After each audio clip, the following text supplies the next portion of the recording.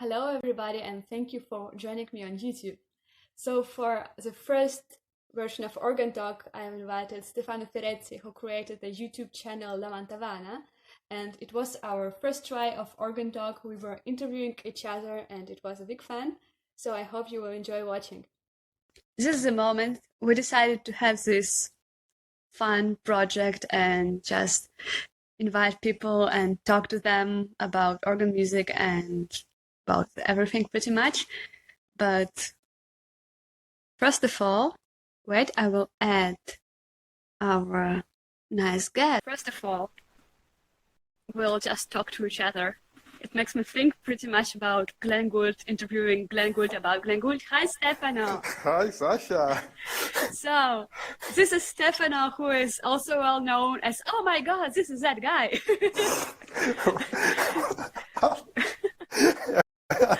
Nothing?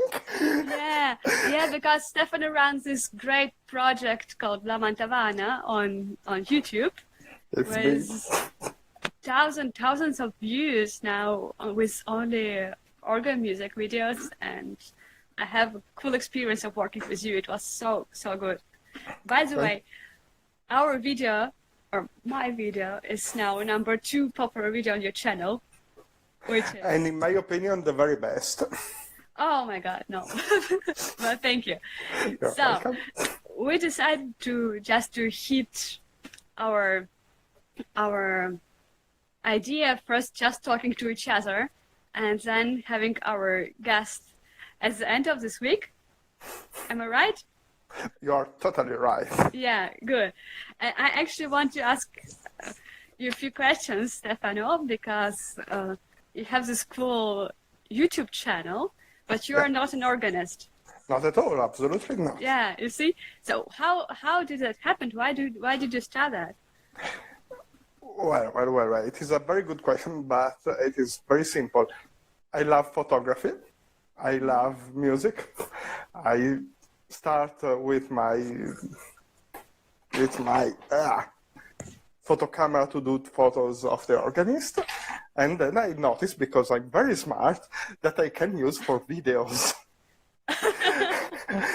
So I started to do recording of my father with organist with my camera, and then I bought a microphone, and I was very smart, and I noticed that I can fit the two things, and then I bought new cameras, new video cameras, and then decided to open Lamantovana. Oh, I actually love it so much, because you have not only the videos of famous people with streamers we find on Facebook, those who produce the CDs, but you have all those young organists. This is really cool. And in my opinion, this is basically what we need. Yeah, and I would like to ask you a question. Do you think that in the future the CDs will exist, or they will discover? Oh, this is a question, because I think this is the same problem actually with the books, also with books, magazines, and like newspapers, because nowadays everything is available online, and I think the industry is ready to go for it. Still, industry is interested, and they're trying to invest into producing the CDs. But I think by the end of the day, we have Deezer, we have Spotify, which are taking over, and I think we're facing some changes right now. Yes, I'm absolutely sure that I will be very sad, because I love CDs, but yeah. I think that they are going to death, because it is. Yeah, I also. It is the people doesn't stop to listen CDs. They use the phone. They use other type of listening. Yeah. Yeah, I think for our generation, let's say, or there are all those people who love the thing to touch. Like, I want to have a book because I can just have it.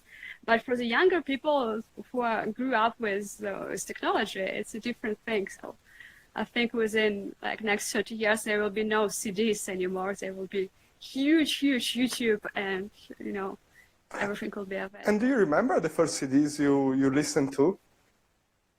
Your first CDs of organ music you listened to?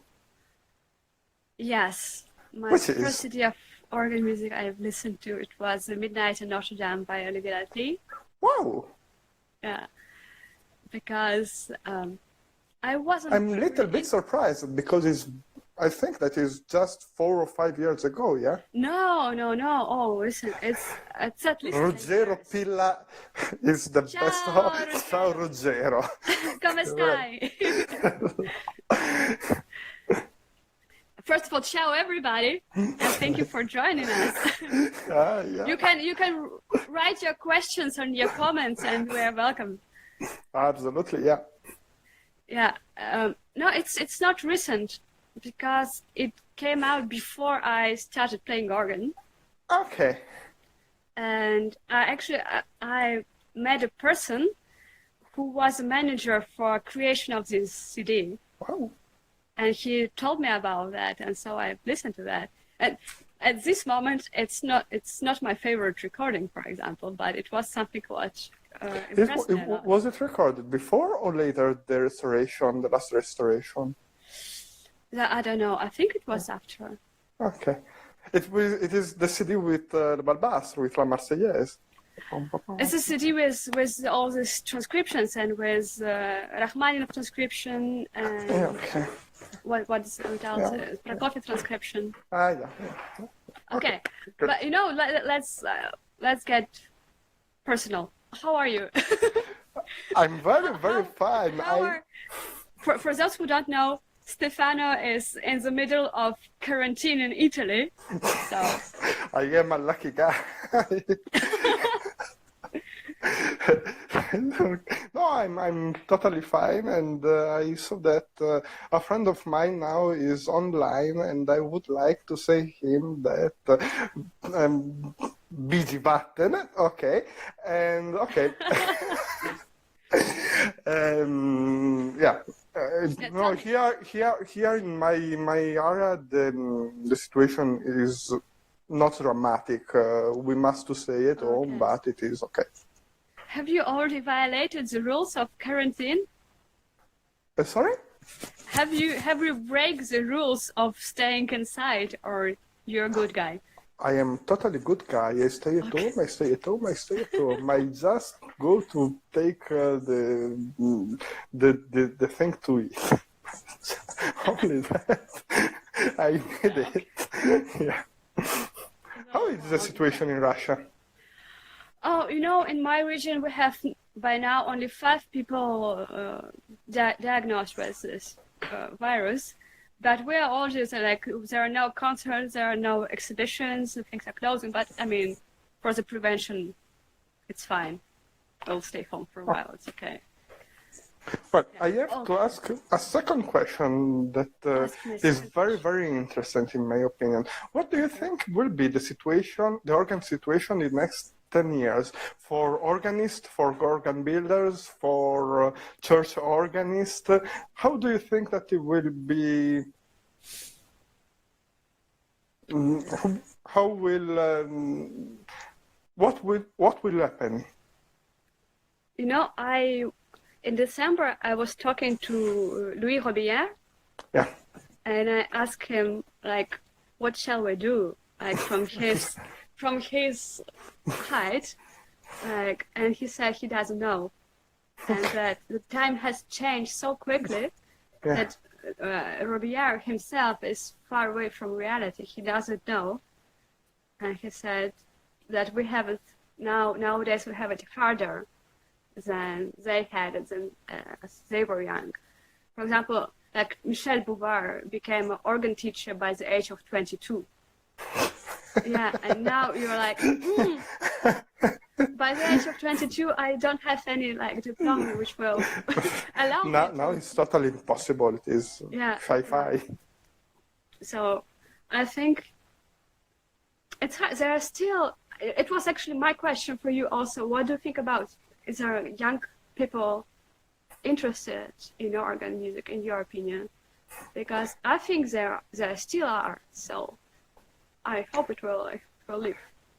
Well, I think that, in my opinion, if the things will continue on this direction, it will be end in very short time, because I don't know exactly how is the situation abroad, but in Italy is really, really sad, because the young generation are not interested, and when they are interested, they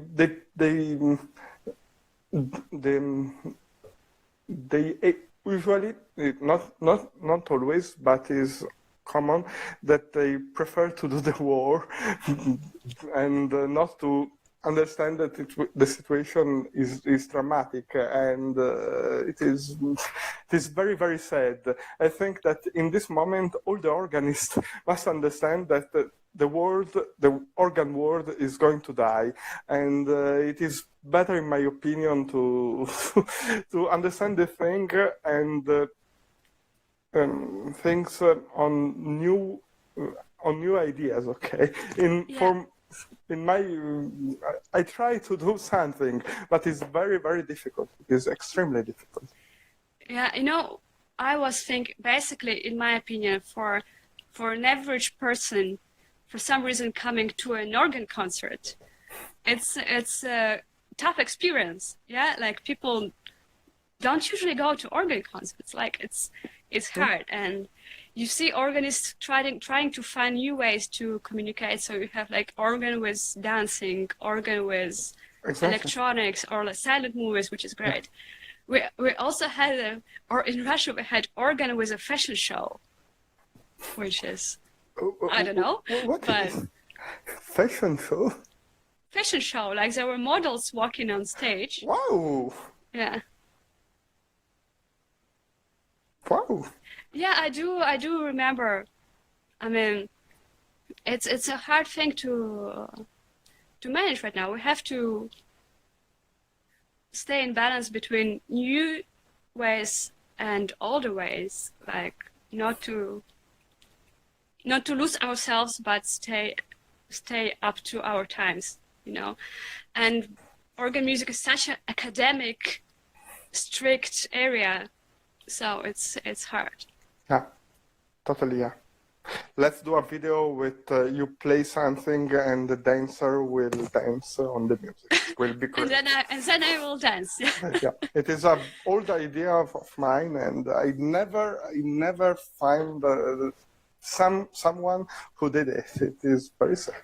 Oh, and yeah, I have sort of dreamed to have Alexandra dances with crazy contemporary choreographic, but yeah, it takes a lot of people and a lot of work, and a big space, and it was an organ.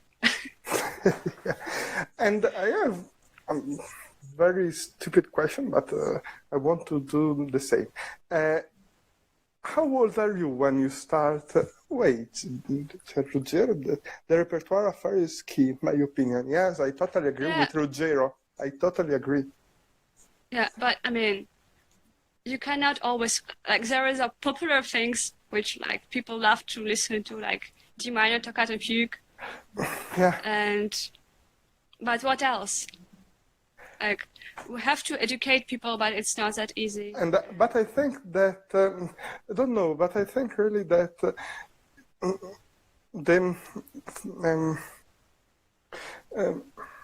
look.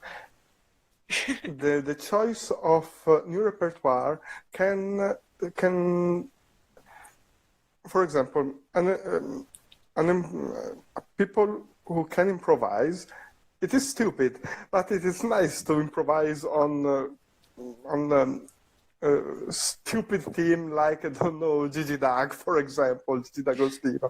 And if you think, when in the past it was the same, Frescobaldi, the Bergamasca was a stupid song. Yeah. Well, maybe, maybe the problem we're facing was actual for all the time, so who knows? And how old are you when you start to play music? When to play music, I was 6 and I started playing piano. Okay. And But before you try to read the music or the word? as a world, yeah. I learned to read very early, but I was performing on stage by the age of 3, but we were singing back then. But it's funny because my mom taught me how to read music. Despite she's not a musician, she doesn't know how to play any instrument. But first, for some reason, she knew that. So. I think I understand. Yeah. Do you read music? Yes, you do read music. Very little bit. Very, very little bit. Just a little bit. So I have another question. Oh, Emmanuel is online. Oh, Emmanuel. Hi, Emmanuel. And we have Olga, and we have all those great people. By the way, guess who is going to be our next guest? Sorry? Who is going to be our next guest? Olga. The shadow. This is Olga. Yes. Hi, Olga. Olga, say hi to you. And I have a question about your project, about Lamantovana. Lamantovana. What is your favorite project you've done, or like most inspiring experience you've had, meeting all those people and recording? I don't know. Probably. I think that. It's 2 projects. The very first time I went at La Samboom, it was really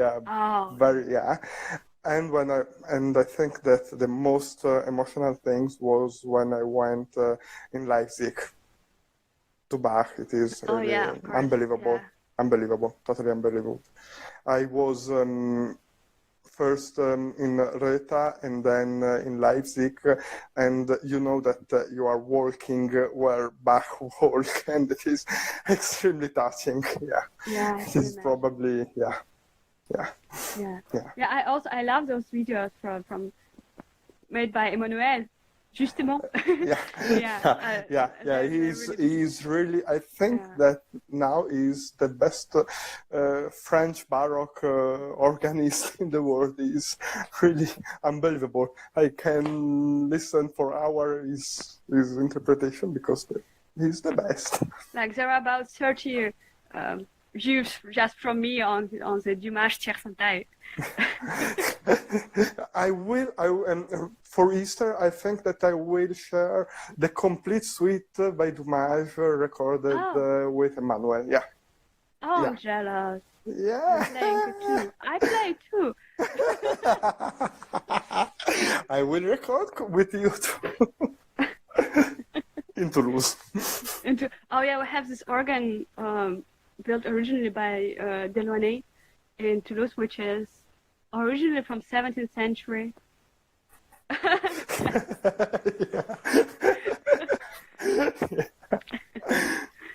It is, yes, it is the best organ with the best organist for this repertoire. Thank you, Emmanuel. What is so crazy about this organ in Saint-Maximin, when you pull the stops and they're going like sideways, as I went there, I was thinking, I'm breaking stuff. I'm like, it's falling apart.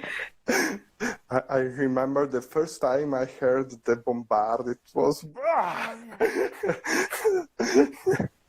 I went inside and just to see how smart everything is done, and I think they had really low budget for this organ. And how smart they... Sorry? For I think, like, Emmanuel, tell me if I'm wrong, but I think that for the building of this organ, they had really little money. So they had to find different ways, like how to do it with what they had, and it's really, really a smart play. It's really... Yeah. Le snare est d'une beauté incroyable, oui, c'est vrai. Absolument. Yeah. And the corner of the 4 keyboards. It's a dream. Yeah. Yeah, I spent there like maybe only 2 hours, but I'm so like, because we had such a trip around the area, but it's something. It's a experience for life. Yeah. Totally. And do you think that there is a good idea to play totally different repertoire. For example, don't know, to play Bach at La Samboom, does it work in your opinion? I do think it works because... Contamination. What do you mean? I mean, don't know, play Frescobaldi on a Cavaillé call, play... Okay, let's say we have to, for example, if we take Cavaillé call, I asked to play it with candlelight so... You got it, Rogero. Totally. I would say in the 19th century or like in the early 20th century, they did play Bach on the romantic organs. So yeah. I would not blame anyone for doing that, but you have like to keep it on the back of your mind. It's, you know, it's now we're going to this whole horrible theme of historical correct performance. And then if we have, you know, nowadays we have so many all-round organs, like those huge instruments. And then is it even correct to play Frescobaldi on all-round organs, you know? Because it's totally, it's wrong, from historical point of view. So if you do that, why don't you? I don't listen I think that I can't listen to you. Oh. Okay. It's Lucille. Lucille is there, and Patrick. Yeah. Hi, Lucille. So what I meant is, if I don't know, Straube was playing Bach on the Sauer romantic organ. Exactly. Why, or if I do play Bach or I don't know Vienne on the Franck on the contemporary all-round organ, I think it's possible. It's still possible to play old music on the romantic organs, but you don't approach it as, oh, I'm playing historically right. At the end of the day, as people in the audience don't know anything about what you're doing, so as long as it, I mean, mostly, as long as it's beautiful and it's sharing something, it's acceptable, I think. Yes, in my opinion, it's not a bad idea because it is like a challenge. Okay, it is different, and it is. I think that in these years where in English is different, it is difficult to speak, but in the modernity there isn't. My hand is tired.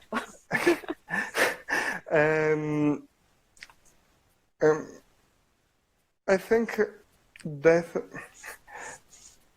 in these years there isn't correct things and wrong things. There is only the taste of the musician, okay? And the taste of musician is the most important thing. Yeah. And if he want to do, and if it's good, oh, for me, if you want to play, exactly. Yeah. Is what Johanna said now is exactly the things. Yeah. Yeah. Totally. Yeah. Yeah. I totally agree. And if the musician want to do, it's possible, but it must know what he's doing. Yeah. Yeah. Exactly. Yeah. Yeah. Good. We're on the same page. But for example, you know, oh my God, I lost the name. The organist of the Berlin Cathedral. Patrick, help me. What's his name? Herr Zilling, Andreas Zilling, who is organist of the cathedral in Berlin, on this huge Sauer organ, like so romantic, as romantic as it can get, and he plays a whole Bach. I think he has 9 or 11 concerts with whole complete Bach. Sorry? No. Oh, the opera Omnia. Yeah. Oh. Yeah, on Sauer. And it's, I've seen some people going out from the concert feeling disappointed because it doesn't sound the way they used to. And okay, if you come to there are people who come to the concert and then they expect to hear music the way they hear it on the CD, for example. And it's different. Yeah. It's still acceptable, in my opinion. Yeah. It's a challenge, as you said. I think Yes, as much as we have to navigate wisely through all those questions of being historically correct and just not blaming each other for doing things like that. Yeah, totally agree. So, don't know if someone wants to do some question to you, Sasha, or to me, but Sasha is more interesting than me, so ask Wait, people. I have to say, okay, my name is not just Alexandra, my second name is Sasha, so you can call me Sasha. Sorry. Just not to get anyone surprised. So if there are any questions, I'll count to 5. Don't be shy, friends. 3, 4, 5. Oh my god, you lose. Totally. So, by the end of this week, we're going to have Olga Zhukova. Hi, Olga. Here, we'll ask her all the complicated stuff and hopefully make it fun and enjoyable. And she's more interesting than me. oh, come on. No one. He's a world champion on being shy. But she's a really great musician. Listen to her Do Rifletto Cat on YouTube. It's one of the very best versions I ever heard. Yeah, she's really great, and she has this amazing presence on Instagram with all these great pictures. You just love watching it. And if you have a chance to experience her life, it's really good. Okay, we have a question. What is the difference of saying the 2 different countries? Oh, girl. Oh my God. It's so different. It's so different. I'm very lucky to have this chance to study everywhere. But for example, there's different approach in the way of teaching. I mean, into methodic of teaching, and just because we have different mentalities and different way to talk to people. It affects the instrument lessons and also the theory lessons. We have completely different theory systems. So as I left Russia and I went to Germany, after my first harmony lessons, I cried.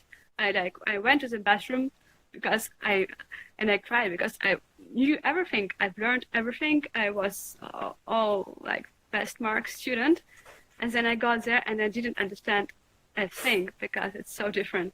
And I had quite similar experience. I mean, I didn't. Oh, we have Jean-Baptiste Dupont. Hello, Jean-Baptiste. One of the pioneers on Instagram of concert live streaming, recording, and Jean-Baptiste Dupont is doing this great thing of doing bacchorals right now. Yes, I think that I follow him on YouTube since, I don't know, almost 10 years. I remember his Vidor 6 Allegro, and wow. Cool. Yeah, so it's totally different, and there are, I mean, I don't even know how to explain. There are different points of view. There are things which are considered good in Russia and considered bad in France, or other way around. And that's why I'm so happy this Erasmus program for students exists. So you are able to get out and experience it because it's absolutely worth it. And it's different between Versailles and Toulouse. The approaching... Yes. Yeah, there are 2 different teachers. In Toulouse, we have Michel Beauvoir and Jean-Baptiste Robin in Versailles. And they are so different, have very different personalities. And Jean-Baptiste will just get on you and like work the first measure of some, I don't know, couperin, piece by couperin, until you get it perfect. And Beauvoir, he is just enjoying music and he is trying to inspire you. I think it's a good thing to go to a band if you're like planning on starting your practice? I lost the connection. Oh, can you hear me now? I do hear you. Okay. I think it's a good thing if you're planning on studying in. Hi, Finn. Finn is my flatmate from Toulouse, but now we are all out. Everyone left. It's a good thing to go to study with a band for a while, to get like, you know, all these things going, to get your full with intellectual stuff and details, and then just go to Beauvoir and love music and play all those amazing instruments and enjoy yourself. It's different, but I also think it has to be done in this way. And for you, when you play during the concert, how it works for you is more important to do a clean performance and have everything under control, or you prefer to expose yourself to risks and try to be extremely musical and okay, I did a wrong note, it happens. Oh wait, if you play Bach, will you be your approach to orchestrations? You try to make the organ sound closer to historic organ or more logical? Good question. Good question. Okay. First, your question, Stefan. I will say I try to set myself. I try to set myself as possible. Both the things. to secure everything. Concert is both expression and work. So I will never blame myself for wrong now. One time a friend of mine said to me that the two things for him are absolutely linked. He said that if you have the technical situation under control, then the musicality will arrive, because he spoke about Baroque music. The two things are the same at the end for him. Yeah. You know what Rachmaninoff wrote? It's fun. It's not really well known. Rachmaninoff wrote it's not a book, but it's a text, like 10 rules of a perfect piano playing, where he says when you work on a piece you work, you shouldn't have more than 2 parts when you have technical problems. Like you can have two complicated moments for you, but not more, because then you will be restricted from being free and expressive. But it's to discuss. But yeah, you don't have any trouble expressing yourself. You cannot do only one side of this. And Johannes, oh my God, you are still writing, yeah. But if you play Bach on a historic or non-historic organ, what will be your approach registration? Either you try to make the organ sound close to a historic organ or pull more logical combinations. I don't know what is the end of your question, but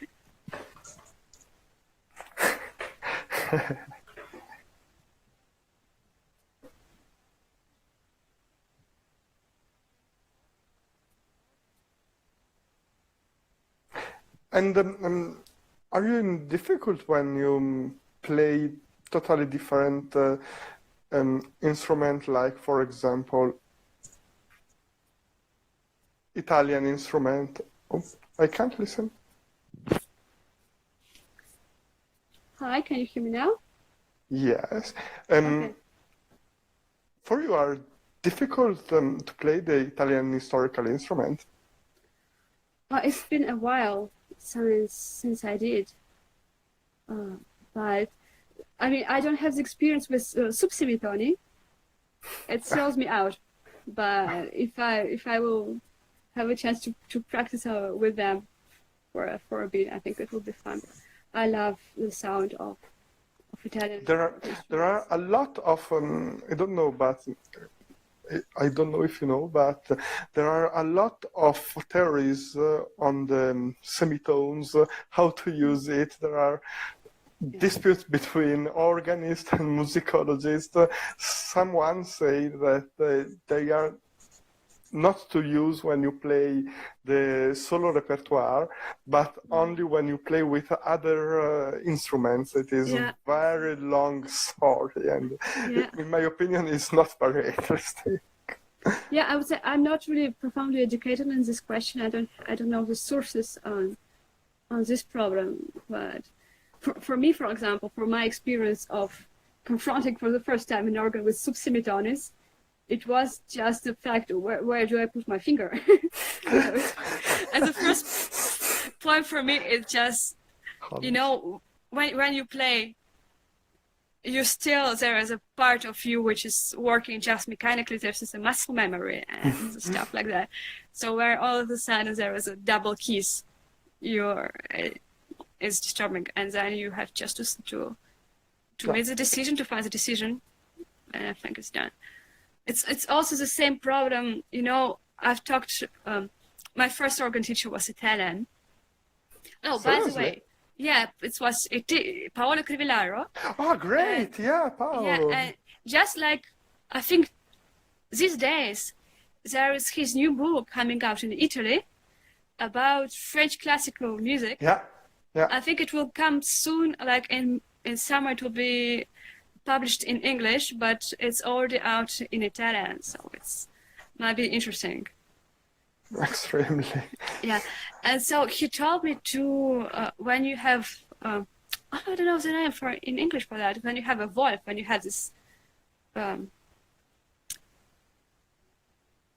like if you have a tritone or whatever, a bad sounding note on the oh my God, I lost my English. I lost my English a lot of years ago. When you will find mine, please call me. I think I just don't know how to say it in English. So there are also stack up fifth and thirds. What's the name for that? When you play a fifth and it's not quintet, yeah.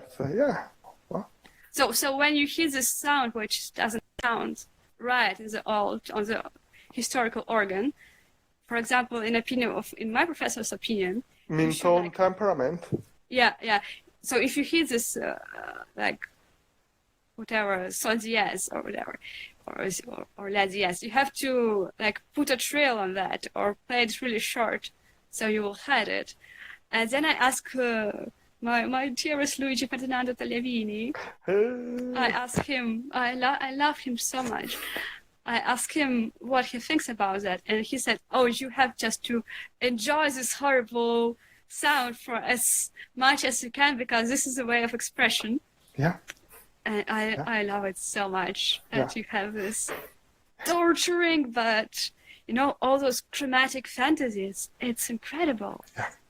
It's just, you cannot play it on the contemporary organ.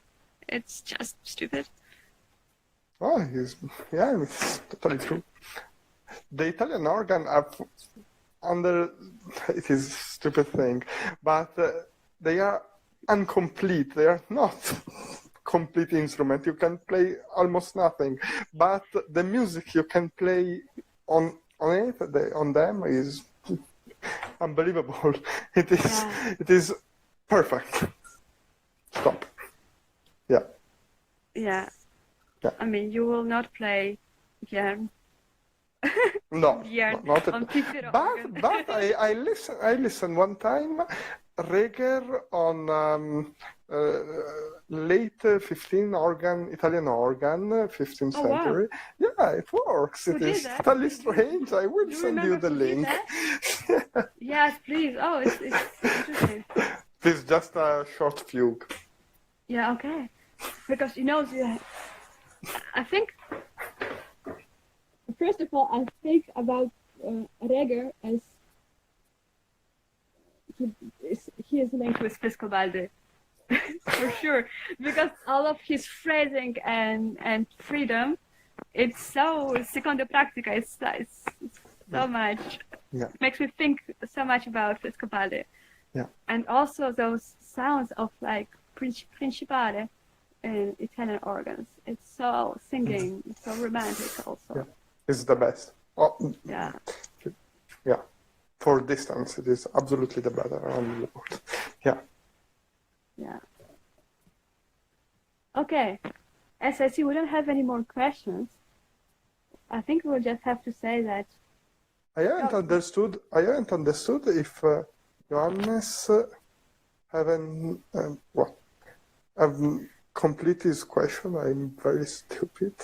No, I didn't see, but I mean, I will tell them that it depends. It will really depend for me of the situation, because, for example, now I am playing the B minor Prelude and Fugue by Bach, and I love to do the fugue on the 3 different manuals, and I love to put in some reeds, but there are all lots of people who will say, "Oh no, it's wrong." Or if I will go to an organ when you have an ugly, like, I'm sorry, but kind of German neoclassical hautbois, which, and for sure I will avoid it. Or, sometimes I don't put any reeds in the pedal because it goes like, can I do that? Like, so. So it depends from each situation as a different. And this is what I love about being organist, is that you don't have a fixed opinion about anything. You have to stay open and try so many new things. It depends from the organ, from the church, from how do you wake up at the morning. Yes, it's raining. I'm playing Adagio. Okay. So thank you, guys. Thank you, guys. Yeah, we'll see each other by the end of this week. We're still discussing the time, but I think it's not going to be a problem. And we'll ask all those complicated questions to our friend Olga Zhukova, and subscribe to Olga, subscribe to Lamantovana. Thank you. Subscribe to my YouTube channel. Yes, and see you very, very soon. Bye. See you. Thank you. Bye-bye.